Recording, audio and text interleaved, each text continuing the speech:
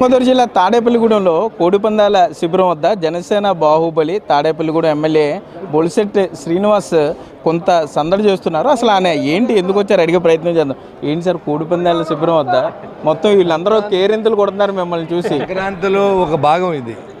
సంక్రాంతి అంటే మన పశ్చిమ గోదావరి జిల్లాలో, ఉభయ గోదావరి జిల్లాల్లో కూడా సంక్రాంతి అంటే కోడిపందాలు అంటే పిండి వంటలు, మర్యాదలు, పంచికట్లు అన్నీ ఉంటాయి. అన్నీ మిళితమైంది, అన్నీ చేయాలి. కాబట్టి ఇక్కడ ఉన్నటువంటి వీళ్ళంతా మన కాన్స్టిట్యున్సీ ప్రజలు, స్నేహితులు, బంధువులు అందరూ కలిసి ఎక్కడో సరదాగా పార్టిసిపేట్ చేయడానికి, జస్ట్ కలవడానికి వచ్చే కోడిపందాలు ఆడడానికి రాలేదు. నా తమ్ముడు వెంకటరామయ్య, అలాగే విధంగా రఘు గారు, మేమంతా ఫ్రెండ్స్. యాక్చువల్గా అందరూ కలిసి ఇక్కడ రమ్మంటే చూడడానికి వచ్చాం, అంతేగాని కోడిపందాలు ఆడడానికి రాలేదు. ఇది ఏంటంటే ఇది కూడా ఒక సందడి, ఏంటి సంక్రాంతి సంబరాల్లో భాగంగా దీంట్లో పార్టిసిపేట్ చేసాం, అంతే తప్ప దీన్ని ఎంకరేజ్ చేయాలి, అది ఉండాలి, ఇది పోవాలంటే సాంప్రదాయ కోడిపందాలన్నా ఉండాలంటారా? ఉండాలి, తప్పకుండా ఉండాలంటే మేము చెప్తాం.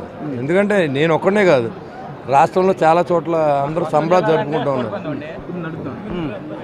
అంటే ఏంటి సార్, ఇప్పుడు తాడేపల్లిగూడెం ఎమ్మెల్యే పవన్ కళ్యాణ్ ఎంతో ముద్దుగా ప్రేమగా పిలిచే జనసేన బాహుబలి ఎంతమంది వేస్తున్నారు ఇప్పుడు? ఇక్కడ ఎన్ని పుంజులు తీసుకొచ్చారు, ఎంతమంది వేస్తున్నారు? ఏమి పందాలేండి, ఎప్పుడు వేయను ఊరినే వెంకటరావు ఎప్పుడు పిలుస్తాడు, తమ్ముడు వస్తాం కాసేపు కూర్చుంటాం వెళ్ళిపోతాం అంతే. ఎప్పుడు పందాలు వేసి అలవాటు నాకు లేదు, తెలియదు నాకు, ఆ రంగులు తెలియదు, ఏంటో కూడా తెలియదు నాకు.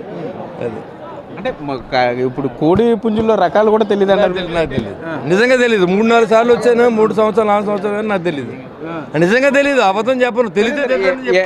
ఎమ్మెల్యే గారు 2-3 రోజుల పండుగ ఎలా ప్లాన్ చేసుకున్నారు? అంటే మా స్నేహితులు, బంధువులు, నా చిన్ననాటి మిత్రులు అందరూ కలిసి గడపాలని నా ఆలోచన అంతే. మా కుటుంబ సభ్యులు, నా స్నేహితులు, నా వెల్ విషర్స్, మా కార్యకర్తలు, కూటమి సభ్యులు అందరితో కలిసి ఆహ్లాదంగా గడపాలి, ఎలాంటి ఇబ్బంది లేకుండా ఉండాలని నా ఉద్దేశం. ప్రతిపక్షంలో బాగుండాలి, ఈ సంక్రాంతి అందరికీ సంక్రాంతి లక్ష్యం ఇవ్వాలి, అందరూ బాగుండాలి అని నా ఆలోచన. గత 5 ఏళ్ళు అందరికన్నా ఎక్కువ ఇబ్బంది పడ్డారు, మీరు చాలా ఇబ్బంది పడ్డారు. మీ ఇంట్లోకి పోలీసులు వచ్చారు, హల్చల్ చేశారు, బెడ్రూమ్లోకి వచ్చి కూడా తనిఖీలు చేశారు. సో ఇప్పుడు ఎమ్మెల్యేగా మీరు సంక్రాంతి పండుగ చేసుకున్నారు, ఎట్లా అనిపిస్తుంది మీకు? అప్పుడు ఆ రోజులు గుర్తొస్తే రంగుల రాట్నం లాంటిది తిరుగుతూ ఉంటుంది. చెడు తర్వాత మంచి, చీకటి, వెలుగు అని ఎలా కలిసి ఉంటాయో ఇది కూడా అంతే. అప్పుడు బాధ, ఇప్పుడు ఆనందం, ఏదైనా సమానంగా తీసుకునే ధైర్యం నాకుంది, తీసుకుంటాం కూడా.